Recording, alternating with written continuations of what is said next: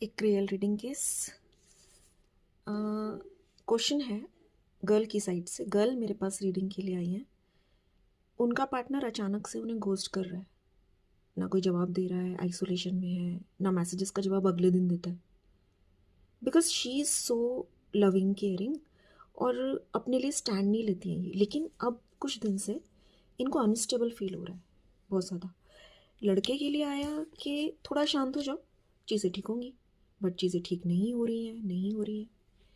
फिर आया कि धीरे धीरे उस लड़के के अंदर जो उसने इनके साथ होते हुए भी किसी और को भी अपने लिए अप्रोच किया था, अब उनको समझ में आ रहा है कि मेरे लिए वो मेरी पहली वाली गर्लफ्रेंड ज़्यादा सही थी। उनको समझ में आ रहा है कि मेरी वाली गर्लफ्रेंड कितनी केयरिंग और लविंग थी, वो मेरे साथ बैलेंस करके चलती थी। लेकिन अब इनको रिग्रेट हो रहा है कि मैं क्यों आ गया और मैंने उसको क्यों समझा नहीं, और समझते हुए भी उसको टाइम नहीं दिया। नाउ उनकी फीलिंग्स ये हैं। अभी उनको समझ में आया है लॉयल्टी का मतलब क्या होता है। बिकॉज जब इंसान के साथ खुद धोखा होता है तभी उसको समझ आता है। एक रियल रीडिंग केस।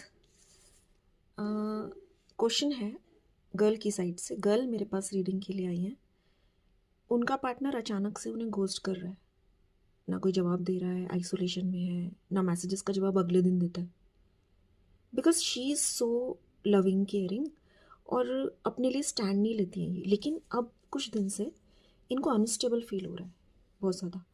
लड़के के लिए आया कि थोड़ा शांत हो जाओ, चीज़ें ठीक होंगी, बट चीज़ें ठीक नहीं हो रही हैं, नहीं हो रही हैं।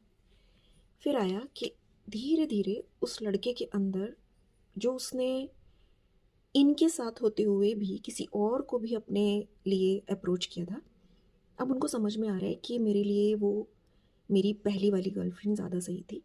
उनको समझ में आ रहा है कि मेरी वाली गर्लफ्रेंड कितनी केयरिंग और लविंग थी, वो मेरे साथ बैलेंस करके चलती थी। लेकिन अब इनको रिग्रेट हो रहा है कि मैं क्यों आ गया और मैंने उसको क्यों समझा नहीं, और समझते हुए भी उसको टाइम नहीं दिया। नाउ उनकी फीलिंग्स ये हैं। अभी उनको समझ में आया है लॉयल्टी का मतलब क्या होता है। बिकॉज जब इंसान के साथ खुद धोखा होता है तभी उसको समझ आता है।